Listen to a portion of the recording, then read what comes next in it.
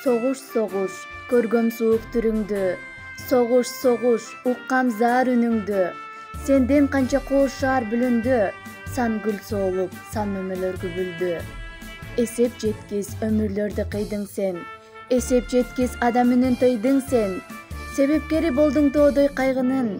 Селдей аккан көз жаш менен айдың сен. Каза кылып уулдарын сүйүктү. Канченеге сен тарттырдың күйүттү. Нечен көздүн жаркын нурун өчүрүп, жерге көмдүң, нечен таттуу үмүттү.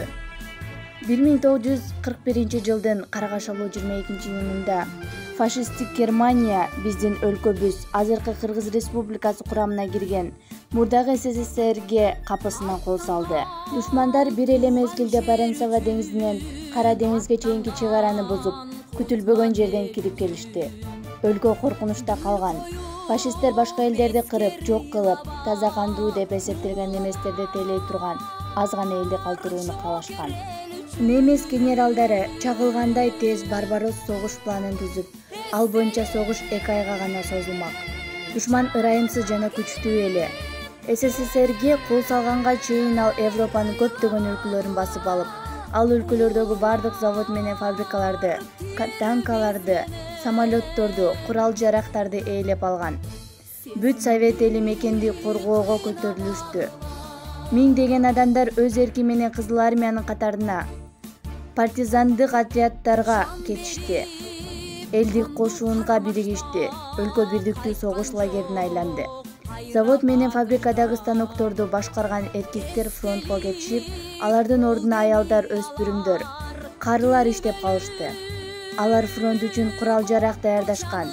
Колхоздор армияны нан жана азык-түлүк менен камсыз кылып турган. 100 миңдеген адамдар тылдын адамдары болду. Алгачкы салгылашуулардын бири чек арадагы Брест чегинде болгон. Анын коргоочулары 1 айга созулган теңдешсиз салгылашты. Фашисттерди чоң жоготууга учураткан. Фронттун башка жерлеринде да душманды токтото туруу оңой болгон жок. Өзгөчө Смоленскинин жанында биздин жоокерлер душман менен баатырлар чашты. Смоленскидеги салгылаштын даңктуу катышуучулары 4 дивизияга гвардиячылар менен наам биринчи болуп берилген. Фашисттер Москвага жакындап кирип келген кезде кеч күз болуп калган. Алар Москваны басып алып, согушту жеңиш менен аяктап, Кызыл аянтта тураарына аз гана убакыт калды деп ишенишкен эле. Бирок борборду коргоочуларга Сибирден, Уралдан, Казакстандан, Орто Азиядан жана Ирак чыгыштан жардамга аскерлер келип жатышты. Алар душманга кыйраткыч сокку уруп, борбордон чегинтишти. Улуу согуштагы бурулуш учур Сталинград салгылашында болду. Биздин аскерлер 333 миң фашистти курчап талкалап, туткунга түшүрдү. 1943-жылдын жайында Курск салгылашы болду. Фашисттер согуштун жүрүшүн өз пайдасына өзгөртүүгө аракет кылып, Сталинграддагы өчүн алуу үчүн Курск жеринде жаңыча чабуул коюуну чечишти. Бирок советтик армия жан аябай даярданып, салгылашып зор жеңишке жетти. Курск салгылашынан кийин баскынчыларды советтик жерде түгөл түрдө кууп чыгуу башталды. Бирок душман али күчтүү эле. Ал бир да позицияны салгылашсыз калтырган эмес.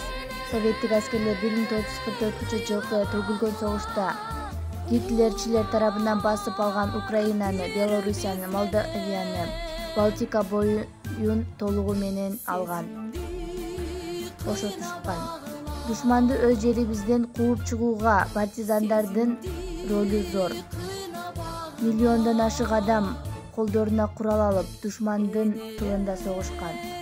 СССРди душмандан бошоткондон кийин советтик армия Румыния, Польша, Болгария, Венгрия, Югославия, Чехословакия элдерине, Европадагы башка да өлкөлөргө жардамга келди. 1945-жылдын башында советтик аскерлер душманды келген жерине кууп кирди. Союздаш АКШ, Англия, Франция аскерлери да келди. Акыр адилеттик жеңип, арсыз душмандын туусу жерге тапталды. Ошол күндөн ушул күн 9 май улуу жеңиш майрамы. Бул согушка Кыргызстандан 350 миңден ашуун адам катышкан. Алардын 150 миңден ашыгы курман болгон. Ал эми 5 миңден ашыгынан ушул кезге чейин дайынсыз. 73 эр азаматтарыбыз Советтер Союзунун баатыр наамына ээ болгон.